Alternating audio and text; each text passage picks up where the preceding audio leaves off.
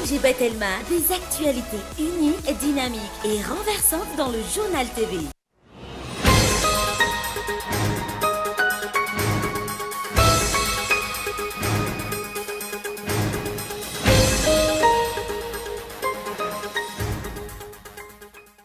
Mizarazara ny hevitry ny mponina manoloana ny tetikasa teleferiky ny famahana ny olana vahoaka izan'izany ny jiro sy rano ny tokony hojeren'ny mpitondra mialohan'ny rosoana amin'ny zavatra hafa ho nisy olombavim-boaka voafidy tao Tomasina. Ny volana Jona 2024 iverina amin'ny laona ny famokarana herinaratra ao an-dekaleka noho ny fahavoazana niseho farao amin'ny teo tany an-toerana. Tsy maintsy isy ny fanadihadiana lalina mahakasika izay hoy ny filoham-pirenena nandritra ny fandalovan'ny tany an-toerana androany. Manomboka hitambokany amin'ny fitantanana ny fako eto an-drenivohitra ny famadihana izany ho lasa zezika izay ataon'ny Société municipale d'assainissement. Ankoatra ny fampihenana ny fitobian'ny fako fa azo anampiana ny sehatra mila zezika biolojika ihany koa izany. Hiatraika amin'ny vatana amin'ny famolavolana ny mpanakanto malagasy ny fanafoanana ny CNEMD etsy araka ny fanaon-kevitry ny mpisehatra hiariary atsoatsy ny fambangan'ny fitoerana. Maresaka iraisam-pirenena na sazy entitra avy amin'ny CEDEAO ny Mali atao aorianan'ny fivoriana tsy ara-potoana izay natao androany. Ny tsy fankatoavana ny fitantanana ny tafika ny firenena no isan'ny antonony izany. Ny antetendreo alvitra.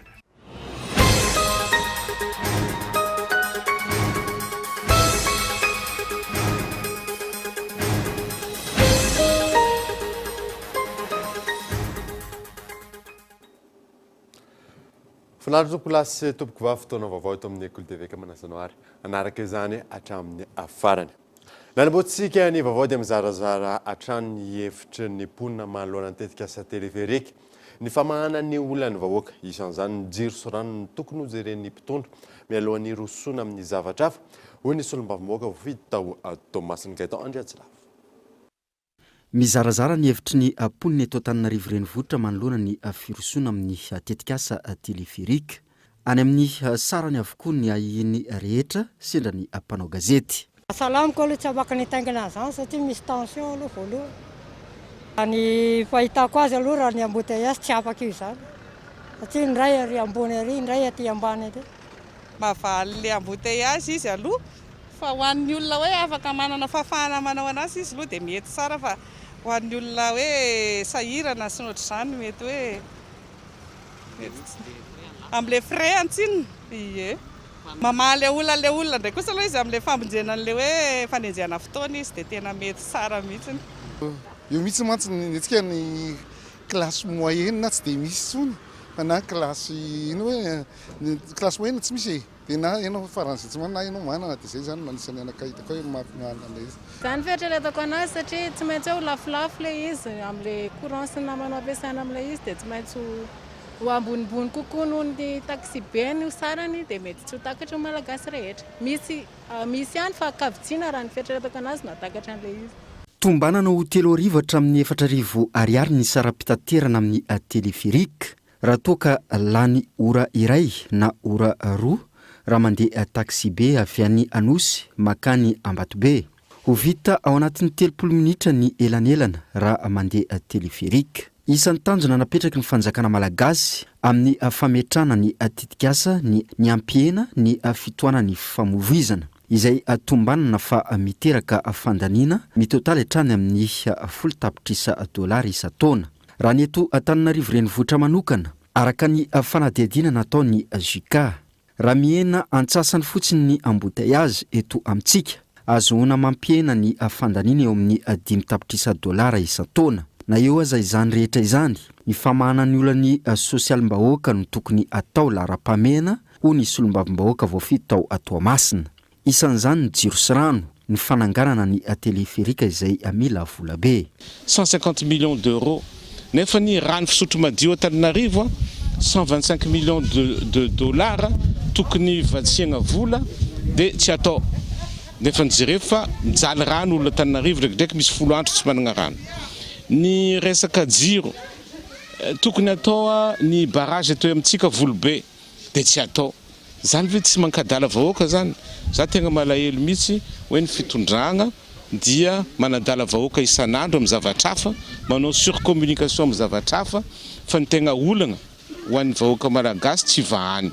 Efa najaina mialohan'ny anomboana ny tetikasa avokoa ireo dingana rehetra tokony ajaina rehefa manao tetikasa toy izao raha ny fanazavana. Anatin'izany ny fanaovana étude d'impact environnemental et social na ny fijerena izay mety fiantraika ny ara-tontolo iainana sy ara-tsosialy.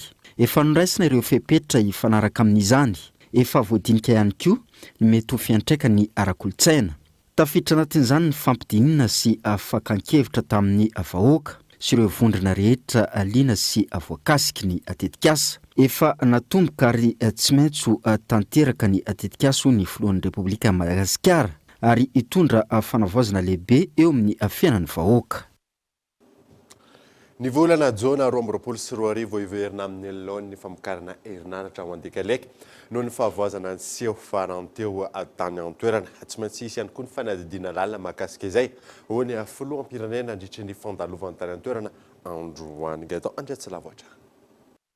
Mbola tsy mamokatra herinaratra ao andekaleka amin'izao fotoana vokatry ny fahamaizan'ilay transformateur niteraka ny fahasimbana ireo groupe misa telo. Raha ny zava-misy any an-toerana mbola mitohy ary aharitra 3 andro ny fakana ny rano ao anatin'ny centrale. Aorinan'izay vao miroso amin'ny fanamboarana ny transformateur ny groupe faharoa mamokatra 30 mégawatt. Fanamboarana izay vinavinaina aharitra 2 volana. Rehefa vita ny groupe faharoa vao iroso amin'ny fanamboarana ny groupe fahatelo, vinavinaina ho vita anatin'ny 2 volana. Rehefa vita ireo apetraka ny transformateur faefatra, vinavinaina ho vita ny volana Jona 2024. Amin'izay fotoana vao iverina ho 90 mégawatt tahaka ny teo aloha ny herinaratra vokarina ao andekaleka. Izany hoe afaka enina na 9 volana vao miverina amin'ny alaon'ny famokarana herinaratra ao andekaleka. Fa nanina natao ny famotena ny famokarana herinaratra hoy ny filoha nandritra ny fandalovany tao an-toerana. Arak'izany, hisy ny fanadihadiana lalina amantarana ny antony fahamaizana. Tsy maintsy ho hatsaraina ny famokarana herinaratra ao andekaleka raha ny anambarany hatrany. Tafiditra ao anatin'ny fanatsarana ny fampitomboana ny herinaratra vokarina ka hiakatra hatrany amin'ny 128 mégawatt ny famokarana herinaratra avy ao andekaleka rehefa tafapetraka ny groupe faefatra izay mitondra herinaratra 34 mégawatt. Anton'izany ny fampihenana ny vola mivoaka amin'ny fanofana groupe hafa amin'ny ankapobeny vidina 5,5 ariary ny 1 kilowatt amin'ny herinaratra vokarina ao andekaleka raha toa ka vidina 5,700 ariary ny 1 kilowatt amin'ireo groupe ofaina amin'ny famokarana hafa. Lafa mavao hafa kosa indray dia mbola mipetraka olana lehibe eto amintsika tsy fahafehezany ireo ben'ny tanàna indrindra ny any amin'ny commune ambanivohitra ny fomba fitantanana ny vola azo avy amin'ny ristorana. Tokony omena fiofanana arak'izany izy ireo raha ny fanazavana azo Henri Florian. Commune misa 220 ao anatin'ny faritra Atsinanana sy Alaotramangoro no misitraka ny tamberinandraikitra avy amin'ny fitrandrahana izay ataony orinasa Ambatovy amin'izao fotoana izao. Ny roa amin'ireo commune 220 ireo no ambony vohitra dia ny commune Toamasina sy Ambatondrazaka. Vondrom-bahoaka paritra Tsijaram-pahefana farany akaiky vahoaka ny commune. Ny ben'ny tanàna no mitantana voalohany ireo vola azo avy amin'ny tamberinandraikitra vokatry ny fitrandrahana orinasa vaventy miasa eo anivony faritra misy azy. Manoloana io, misedra olana goavana ireo ben'ny tanàna miisa 5 izay nisitraka ny vola azo avy tamin'ny orinasa Ambatovy amin'izao fotoana izao. Vokatry ny tsy fahaizan'izy ireo ny lalàna mifeny volam-panjakana ka nahatonga azy ireo hanampidirina amponja. Voalohany ny olom-boafidy le olana zany avy aty amin'ny fanjakana. Ny olom-boafidy mety voafidy le olona lasa maire sy lasa conseiller municipal satria tiany ny vahoaka dia voafidy zany le olona. Amin'ireo maire resantsika ireo misy maire petatondro ny ataony satria tsy mahay manoratra izy tsy mahay mamaky teny. Misy zany. Ny olana lehibe zany amiko dia hoe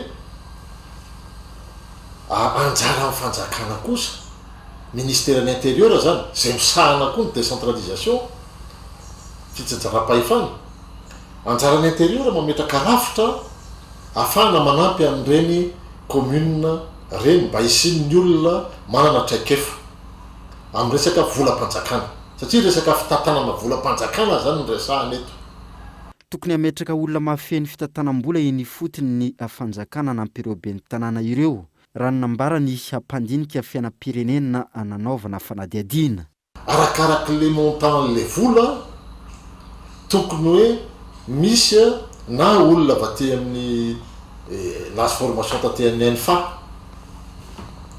alefa zany manampy an'le commune rurale na raha ilaina mihitsy atangezangeza le vola olona administrateur civil mihitsiny no tokony anampy an'le commune rurale io manko fomba anankiray reo mety avany sasany en cause ny décentralisation mialatsiny aho tsy le olom-baofidy ny olana fa anjara fanjakana kosa mametraka rafitra anampy an'ireo olom-baofidy reo eo anivony commune urbaine sy eo anivony commune rurale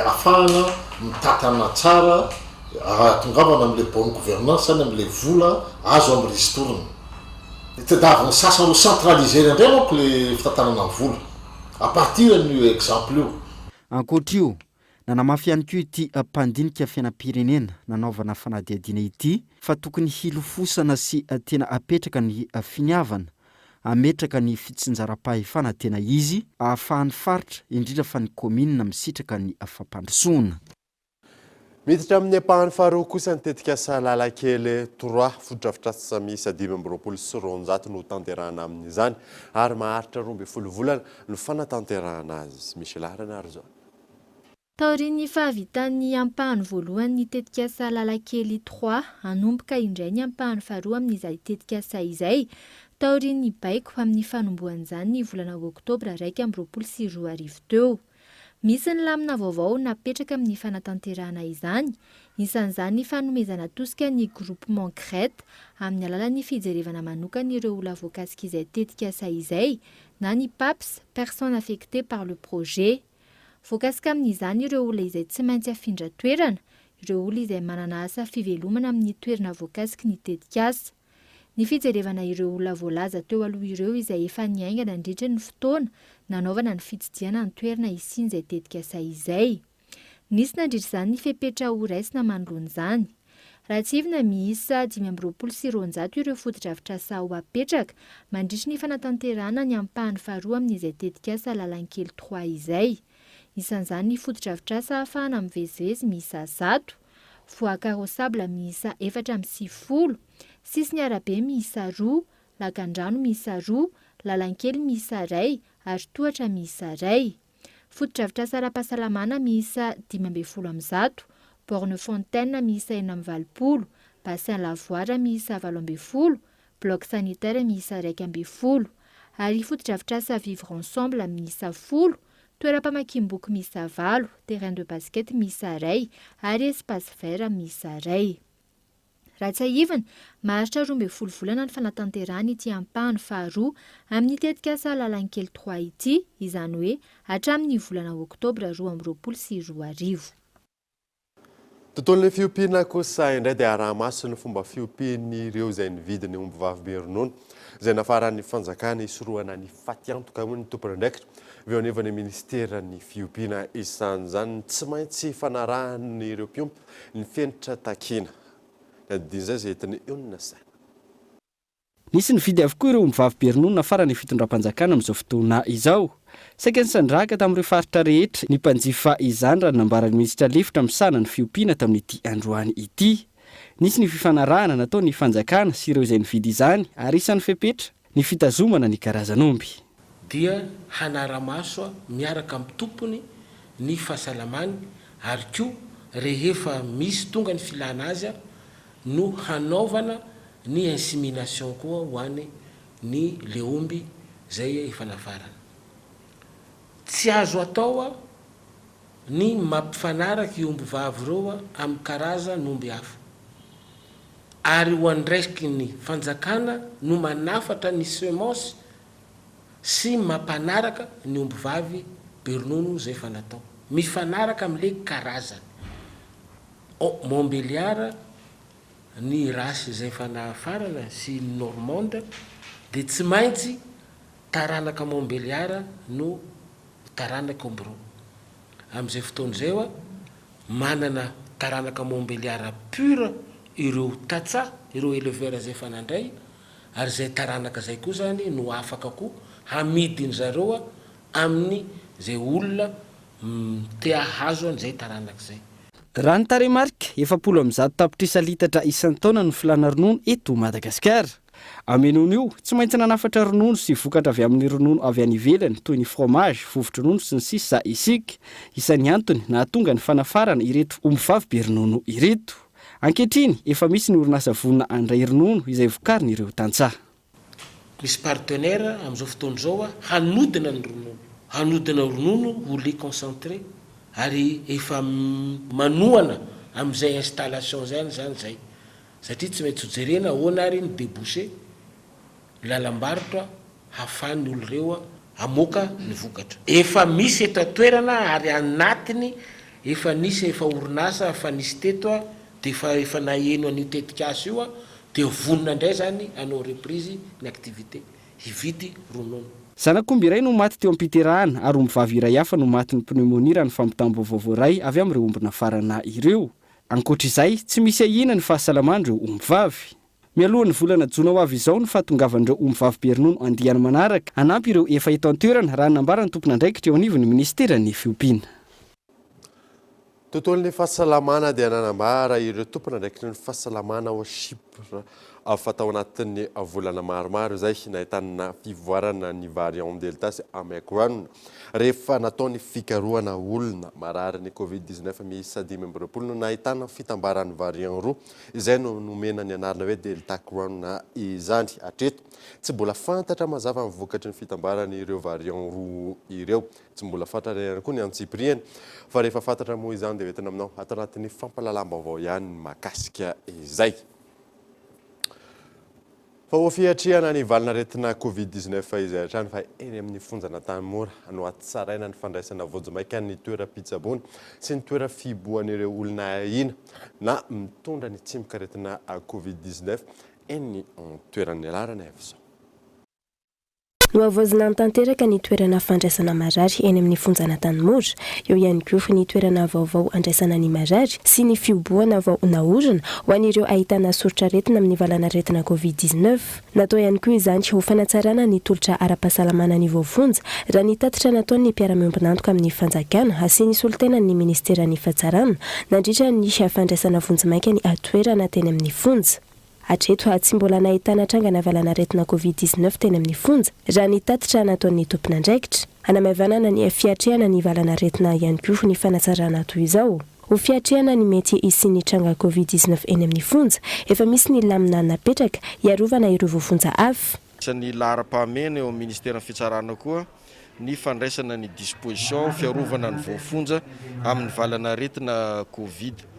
Dia isaorana manokana ny PNUD izay nanolo-tanana ny ministeran'ny fitsarana tamin'ity réhabilitation ny salle d'infirmerie ity ary tsy vitan'izay moa fa nanamboatra nisy conteneur anakivalo izay nitransformena ho fandraisana ny voafonja voamiditra ho dépistena aloha mba tsy fangaro amin'ny voafonja namany. Dia rehefa orinan'ny dépistage ka hita fa tsy mitondra ny otrika aretina izy dia izay vao ampidirina any amin'ny quartier miaraka amin'ireo namany. Maro kokoa ny olona miditra eny amin'ny fonja noho ny mivoaka, antony nanaovana ny fandraisana vojimaika ny toeram-pitsaboana eny amin'ny fonja hiarovana ireo voafonja amin'ny valana retina izay mianaka amin'izao. Fa izy aloha dia matetika ny miditra mibetsaka noho ny mivoaka. Fa ny isan'andro aloha dia misy voafonja miditra foana eto. Voafonja vaovao zany ireo. Avy any ivelany zany tratrana fiarana izy dia mahazo MD dia miditra ty amponja zany dia misy izay zavatra izay betsaka ny miditra noho ny mivoaka. Faran'izao eo amin'ny 4,000 mahery kely eo zao ny isan'ny voafonja eto amin'ity fonjabe Antananarivo ity zany na Tamora zany. Ny gripa, ny sery ary ny sempotsempitra toy ny asmatika no aretina misy matetika eny amin'ny fonja raha ny fanazavany ny tompon'andraikitra eo amin'ny fonja. Rajaivona, ny mpinota no nanampy ny ministera ny fahatsarana amin'ny fanavaozana ny toeram-pitsaboana eny an-toerana. Natolotry ny tetikasa kapimady nandritra ny fandraisana vonjimaika ny toeram-pitsaboana ihany koa ny fanafody hiatrehana ny ady amin'ny COVID-19 raha toa ka ahitana tranga eny amin'ny fonja. Efa manaraka fiofanana ihany koa ankilany ireo mpitsabo amin'ny fanaovana fitiliana ireo voafonja. Nanomboka nahitana vokany amin'ny fitantanana ny fako eto an-drenivohitra ny famadihana izany ho lasa zezika izay ataon'ny Société municipale d'assainissement. Ankoatra ny fampihenana ny fako izay miangona, azo anampina ny sehatra mila zezika biolojika ihany koa izany. Yves Richard. Famadihana ny fako ho lasa zezika biolojika. Izay ny paikady vaovao entin'ny komuna Antananarivo renivohitra amin'ny alalan'ny SMA na Société municipale d'assainissement hanatsarana ny fitantanana ny fako eto an-drenivohitra. Araka ny fanazavany taloha jeneraly ny SMA androany, nahitam-boka ny fanombohana ny tetikasa amin'izao fotoana izao. Ny fahitanay ny mamaro ny fako mitoby zany amin'izay tantananay, ankoatran'le mitoby le tonga isan'andro mibetsaka foana. Dia nitady hevitra zay ahafahana mampihena anazy. Ke mbola misy zavatra hafa eritreretinay atao andinana an'io fako fa zezika aloha zany zao no misy amin'ny ankapobeny dia raha mampiditra 30 tonnes tsika zany fako azo atao zezika dia mahazo fako 10 tonnes. Zay zany ny atao hoe ratio amin'ny fanodinana fako ho zezika. Zava-dehibe manoloana ny fitombon'ny fako eto Antananarivo renivohitra ny fandrosoana paikady vaovao. Hita ny tanàna ny fako toy izao, hoy ny ministro ny tontolo iainana sy ny fandrosoana Lovainjafy. Ministera izay nanamafy ny fahavononany sy ara-entana amin'ny fanatsarana ny fitantanana ny fako ihany koa. Nanay aty amin'ny ministera ny tontolo iainana zao ny tanjona dia hanampy atsika amin'ny fanasivanana ny fako ihany koa, teniany atokantrano hanamora an'izany fanodinana ny fako sy fitantanana azy izany. Farany tiako tsipihana ihany koa dia ilay lalan-tsaina mihitsy ny miova zany hoe talohantsika nieritreritra hoe zany fako zany dia ariana tsisy ilavana azy, ankehitriny kosa ny fako dia loharanon-karena. Teraka fiariana manampy amin'ny fambolena, ny fahavitantena ara-tsakafo dia miankina amin'io ihany koa ny fanatsarana ny kalitao an-tany izay fantatsika fa marobe izy ireny no mipotika eto amin'ny firenentsika. Zezika biolojika avy amin'ny fako raitona no natolotry ny SMA ministera ny tontolo iainana sy ny fandrosoana Lovainjafy androany. Tafiditra anatin'ny fiaraha-miasan'ny komuna sy ny ministera. Tanjona ny anomanana ny zanakazo ampiasaina amin'ny taom-pamboleka-azo amin'ny taona 2020 ity. Tonga eto fotoana ny dokavarotra isika orinan'izay, ahitantsika mahakasika ny CAP-arena Arofia. Eo ihany koa ny lalam-pirenena fahenina rehefa avy eo ary.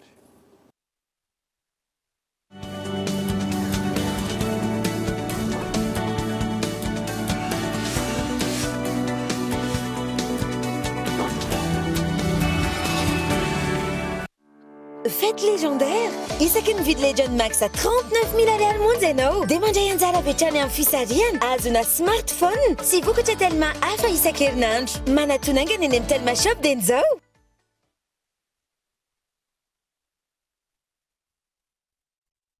Ina dia vita amin'ny soja voafantina mba hampatsiro ireo karazan-tsakafo karakarainao.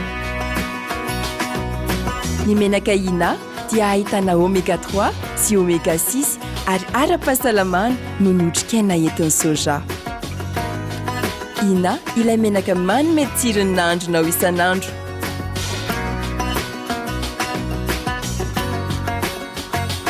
Ina, plus raffiné que jamais.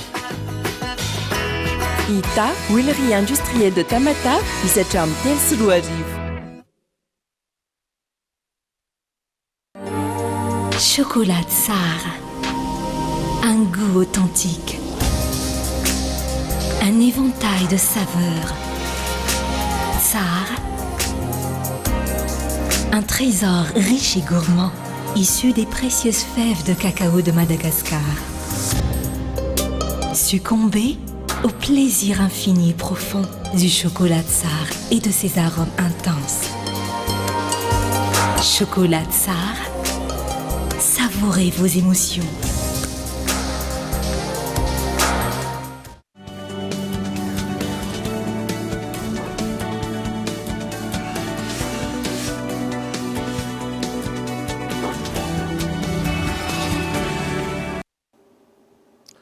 Verina eto amin'ny fampahalalam-baovao isika. Misedra olana ireo mpanao asa tanana momba ny rofia ankehitriny lasa miondrana any ivelany avokoa ny ampaham-betsaka amin'ny vokatra eto amintsika. Vokany tsy ampy ampiasaina amin'ny fanaovana asa tanana malagasy intsony izany Michel Arnarza. Iray amin'ireo firenena manana ny rofia tsara indrindra i Madagasikara. Raha nantontanisany EDBM, 900 ny filana amin'ny rofia maneran-tany no avy eto Madagasikara. Manoloana ny tany fanondran'izany akory izany any ivelany, indrindra fa any Chine, tsy ampy ny rofia ampiasain'ireo mpanao asa tanana malagasy. Dia azy sarotsarotra satria lasa lafo izy moa. Ny olona koa zany efa tsy haiko hoe ny olona mpanamboatra azy misy olana any moa misy manondrana koa le izy. Raha tsy ny lalana tsy le lalana mihitsy zany mahatonga ny entana tsy tonga aty dia misy koa manondrana zavatra manondrana an'le rabanina mbola matière première fa tsy produit fini akory dia aondrana dia lasa copien'ny firenena hafa le asa ohatra hoe sinoa zao maka rabanina fotsy amin'ny conteneur rabanina zany rofia mirary tenonina moa zany ny filaza azy. Lasa hoan'ny alain'le vahiny mora zany le zavatra. Dia ianao indray tompony hanamboatra asa tanana amin'iny no miafiafy. Dia lasa nany firenena raha tokony handroso lasa vao maika mihemotra satria zavatra harem-pirenena reny tsika reny mana rofia matière première reny fa tsy hoe produit fini iny dia aondrany zareo le izy dia lasa tsy mety satria manimba an'le asa le izy. Manoloan'izany, mihena ihany koa ny entana vita amin'ny rofia vokarin'ny mpanao asa tanana malagasy, mihena ny akora, mihena ny vokatra, ny vidin'ny akora kosa nefa tsy mitsaha mitombo raha ny fanazavana. Izay mila eo amin'ny raha ataoko hoe mila eo amin'ny 10 isan'andro, 20, 30 de dizaine isan'andro zany izay. Pièce na rabanina le ohatr'izao izy zany. Ohatr'izao eo amin'ny 50 dizaine isan'andro zany ilainay izay production anay. Fa izay hita aloha no atao. Lasa isan-kerinandro lasa 20, 30 isan-kerinandro lasa mihena zany le izy. Vidiny miakatra zany na mahita anao dia miakatra ny vidiny indray midina. Taloha izy 3,000, amin'izao izy efa 500 sy 4,000 ny rabanina ray. Vitan'ny rofia zany ianao vao mampiakatra dia tsy mety ny patron fa eo le prix taloha ihany anazy ny fatany. Donc zany ianao misy perte kely fa zany hoe crise koa no amin'izao dia zara raha misy asa dia atao ny asa. Nantontanisa manodidina ny 1 taona isan-taona ny vokatra rofia eto Madagasikara. I Frantsa, Chine, Allemagne ary États-Unis no firenena mpanafatra izany amin'ny ankapobeny. Tontolon'ny fitaterana kosa indray dia tapaka ny maraina teo ny lalam-pirenena fahenina. Teo anelanelan'ny Port Berger sy Antsohi vokatra zany nitsoka oramaro ireo fiara anjatony tamin'ny lalana eny nisy nangalatra ireo bus métallique misy sarona tonga ny fahatapana ho ny ministera ny asa vavety io nasay. Fiara amanjato no nihitsoka vokatry ny fahatapana lalam-pirenena fahenina ny maraina teo amin'ny PK 214+900 Ambalavola, Ambalafamity, anelanelan'ny Port Berger sy Antsohi amin'ny faritra Sofia. Raha nambaran'ny tompona ndraiky teo anivon'ny ministera ny asa vaventy, nisy nangalatra ireo bus métallique fivoahan'ny rano ka nahatonga ny fiotsahan'ny arabe. Vokatr'izay tsy maintsy mamindra mpandeha ireo taxi bros. Raha vao transportena dia ohatra mandeha tsy misy ihany zay raha vao mandeha amin'ny transportena ilay olona. Mbola tsisy nahita lisy fotsiny aloha zany hoe tapaka lalana misy déviation inona dia efa miezaka fotsiny zany hoe mba tonga somatara daholo ny tsilona mba tsy hisian'ny problème inona mba dégâts mbola tsy fantatra miverina avy any. Ianao vao manao transportement zany na olona ray dia miditra perte ianao zany zay ny tena marina dia ezahana mba tsy hanao an'ilay transportement zay. Lalanao aloha tena grave be ny lalanao e. Lalanao zany tena ny hoe tapaka tsy anankiray fa zavatra be dia be ny lalana tena grave be eo. Zao fe andeha ambasa zao tsy fantatra hoe revena vao tonga any andeha ambily be fa dia mandeha fotsiny aloha. Zay zany tena fandehan'ny tena lalanao. Indrindray hoe rehefa tena tsy afaka moa ve tsy transportena ny olona. Perte ianao hoe tsy maintsy perte total ianao raha amin'ilay transportement zany ianao tsy maintsy perte. Satria tsy inona ny resaka gasoil efa midina rehetrarehetra ohatr'izay ny entana efa hafa indray ny raha hoe mandeha an'izay transportement zay. Hoentina aloha ny mpandeha dia rehefa ao a rehefa tsy afaka mandeha manao tsy maintsy mandeha transport mo zay foana zany le izy fa zahay zany le lalana zany tena mahakivana so hoe raha zao zao eritreto hoe andehana varatra tôbila ena varatra zao anankiroa amiko ihany mandeha fa tsy misy mety andeha le tôbila amin'ny faratsiny lalana le frein mba efa nisonitra teo nefa nampidinitra reo ndray dia lasa miakivy le tômôbila dia zay zany tena olana le lalana amin'ny arainy sisy zany efa tena tsy azo lalana tena lalatsarety mifetra ny ena ny fiara-miazon'ny lalam-pirenena fahenina tamin'ity fahavaratra ity oarina tamin'ireo taona nifandimby vokatry ny faratsiany lalana ho ny tompona ndraikitra eo anivo ny tompo fiantsoana ny maki andohatapenaka ny lalam-pirenena fahenina moa zay hita fa mampikaikaiky ny mpandeha mampikaikaiky ny chauffeur amin'izao fotoana izao dia faran'izay ratsy dia eo indrindra zao no olana amin'ny guichet sy ny aninato amin'izao fotoana izao hoe atao ahoana moa zany le mpandeha androany aiza no anaovana azy anao transportement ve fa ny ankabetsahany moa zany dia nilaza hoe any mahita anazy ny andanana tsisy fiasa miova mihitsy fomba fiasa miova zany fa dia ny mandeha dia ny mandeha satria any koa misy tômôbila tafatsary ny reapita dia famindra fotsiny reo zany dia ohatr'izay fandehan'le izy raha ny miainga amin'ny lalam-pirenena fahenina izy zany dia manodididina izao fa ny ena kely dia manodididina amin'ny telopolo eo izao sisa vitsy dia vitsy izy amin'izao oro izao teo amin'ny fety teo mahatratra zato mahery raha ny fampitambavao voaray niverina io arivo iny fifamoivoizana amin'ny lalam-pirenena fahenina asa vonjomaika no tanterahana fa isy ny déviation apetraka alohan'ny anamboarana sy ametrahana ny taloha any antoerana lafa mavao hafa kosa indray dia hiatraika amin'ny vantana amin'ny famolavolana mpanankanto malagasy ny fanafoanana ny CNEMD etsy Ampefiloha araka ny fanaon-kevitry ny mpisehatra iariary atsoatsan'ny fambangana ity efitoerana ety Evrichard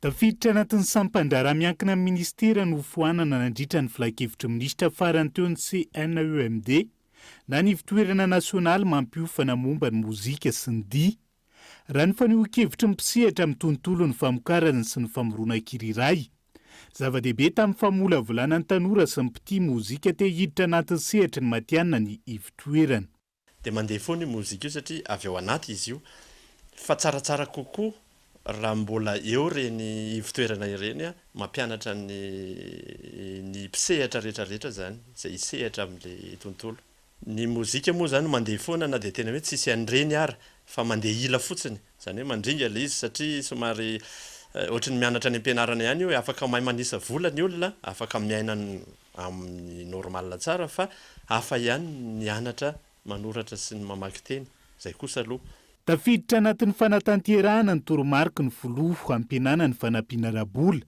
omena ny sampandrara miankina amin'ny ministera ny fanafoanana ny CNEMD voakazik'izay avokoa ny sampandrara voalaza ho tsy ahitam-boka mivaingana amin'ny sosialim-bahoaka na ihany koa misy sampandrara efa misahana ny andraikiny raha ho an'ny CNEMD mbola andalam-pamitana ary andrasana aingana ny fisokafany anaky na ny Académie nationale des arts et de la culture indray ny andraikiny amin'ny maha conservatoire azy dia fianarana ifotony tena baziny atao hoe mozika eniko mihitsy hoe nofoanana le ivitoerana fampianarana teo fa azahoako azy mino fa ho tsaratsara kokoa izay andrasantsika moa zany le izy hoe rehefa foanana iny dia mizatra tsaratsara kokoa zany asolo azy ny rarina dia hoe mba hisokatra aingana sy hoe inona ny zavatra ao anatin'le anoloana azy zay zany zao no andrasantsika rehetrarehetra tany mitona empolo tanoany no nitsangana ny CNEMD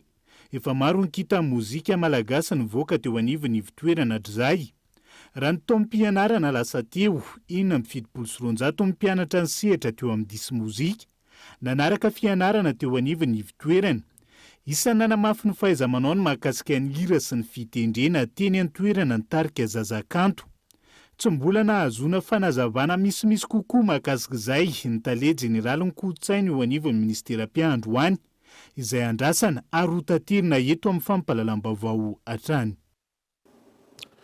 mbola maro kosa ny ezaka tsy maintsy apetraka ho fametrahana ny filaminana ao Tomasina ho ny taleparitry ny filaminana mbahoaka atsinanana isan'izany ny fanomezana aloha ranom-baovao maro-potitra ho an'ireo mpitandron'ny filaminana ao ry Florian nahitana fiainana amin'ny ankapobeny nitrangana asa ratsy noho ny ezaka efa vita ataona mariny fanesy tao Toamasina raha ny fanazavana azo avy tamin'ny talepatry ny filaminam-bahoaka dia Tsinanana.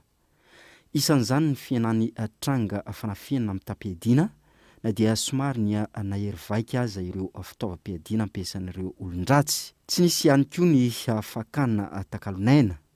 Betsaka tamin'ireo fikononkononana nataon'ireo Jolay ikasa anao ny asa ratsy no voasoroka mialoha noho ny fiaramiasa amin'ireo olon-tsotra tsara sitrapo ka nazahoana loharanom-baovao ara-potoana sy mari-pototra ka nahafahana nandrava ireo tambajotra Jolay mpanao fanafiana amin'ny tapiadina.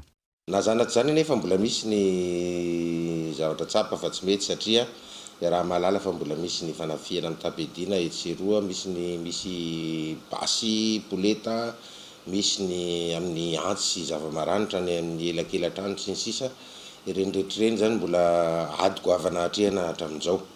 Raha ny tena tahany zavatra nisy aloha polisy 3 no naratra vokatry ny fanafian-Jiola tatanata faritra Tsinanana, polisy Jiola 10 mahery eo kosa no ataontsika hoe lavy ny balan'ny polisy tao anatin'izay nefa nisan'ny olona natolotra fampanoavana ka niditra ponjavonjo maika dia manjatony misy ihany koa nefa ny polisy voasazy ohatra izay azombary ihany koa fa nisy amam-polony ihany koa no niaran'ny arrêt de rigueur no ny tsy fanajana ny fitsipifehezana atao polisy. Ho an'ny polisy-pirenena manokana miisa 12 ireo basy sarina nandritra ireny fanafiana amin'ny tapiadina maro ny sesy tamin'ny taona 2024 iny ary efa apela-tana ny tompon'andraikitra ny raharaha.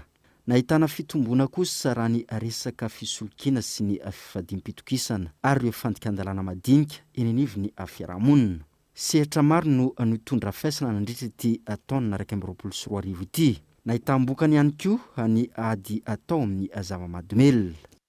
Fa nefa kosa ny tombo ny lafiny ahoana moa zany lazako azy fandikan-dalàna manodidina ny lafiny ara-ekonomika. Zany hoe ny fivadiam-pitokisana, ny fisolokiana, ny fanaovana osoka, ny amin'ny resaka tany indrindrindra. Io moa ny ady tany affaire civile fa ny faux usage de faux affaire pénale. Iny zany resaka amin'ny resaka tany eto fa tsy hoe akory ny any fa tsy ny ady tany ady madio. Ny contravention raha mahalala iny moa fandikan-dalàna any amin'ny lafiny arabe ny ankamaroany ankoatran'ny bruit-tapage sy ny mauvais voisinage sy ny sisa. Fa raha ny contravention koa dia tena nitombo dia nitombo ny fanasaziana atao anatin'izay satria mitombo ny fiara, mitombo ny usager de la route araka ny fiteny be ny tsy manara-dalàna. Teboka maro arak'izany no mbola ilaina fanatsarana ho an'ny ady atao amin'ny tsy fandriam-pahalemana any amin'ny faritra Tsinanana Nosiny. Ankoatra ny mpitandro ny filaminana, mitaky fanomezan-tanana avy amin'ny vahoaka ihany koa izany raha ny fanazavana trany.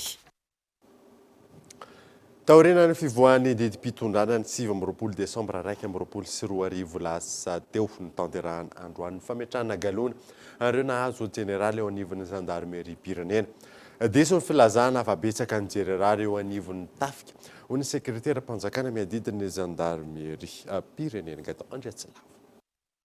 Totosandroany ny fampetrahana galona ireo nahazo jeneraly eo anivon'ny gendarmerie pirenena, général de brigade miisa 8 sy général de division miisa 3 no nomena galona rehefa nahafeno ireo fepetra takina. Eo aloha voalohany indrindra ny ancienneté en port de grade de PGM filazantsika anazy délai minimum de port de grade.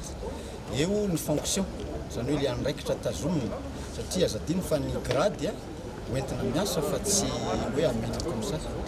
Dia eo ihany koa zany les notation BDB izy manomboka amin'ny voalohany ny tenue et présentation mandeha ny valeur physique, valeur morale, goût de l'action misy point daholo reny zavatra reny. Dia ny anay tato amin'ny gendarmerie moa zany nalahatra par ordre d'ancienneté zany zavatra zany izy no colonel l'ancien indrindra mitazona andraikitra mafeno fepetra dia manaraka arakaraka zay zany izy. Raha nisan'ny jeneraly eto Madagasikara tokony ilamina ny tany sy ny firenena hoy ny fanoen-kevitry ny maro toy mifanohitra amin'izany nefa ny zava-misy amin'izao fotoana ka mampitaraina ny mponina hoy ny hafa. Hevitra diso izany hoy ny eo anivo ny zandary tahaka ny mpiasa-panjakana rehetra ny miaramila ka miankina amin'ny fepetra maro ny fahazoana galona. Ny miaramila zany ny tafika sy ny gendarmerie dia ohatra ny fonctionnaire rehetrarehetra. Ohatra ny fonctionnaire rehetrarehetra. D'ailleurs anatin'ny augurany izy.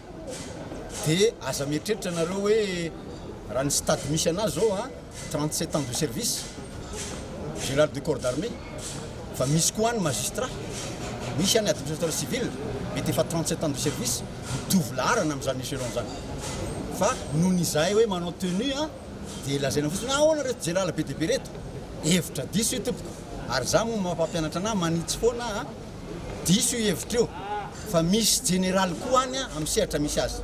Ny fahasimy roapolo ny volana desambra 2024 lasa teo tsy ahivina no nivoaka ny didim-pitondrana navoaka ny filohan'ny repoblika nanome galona ireo jeneraly vaovao ireo.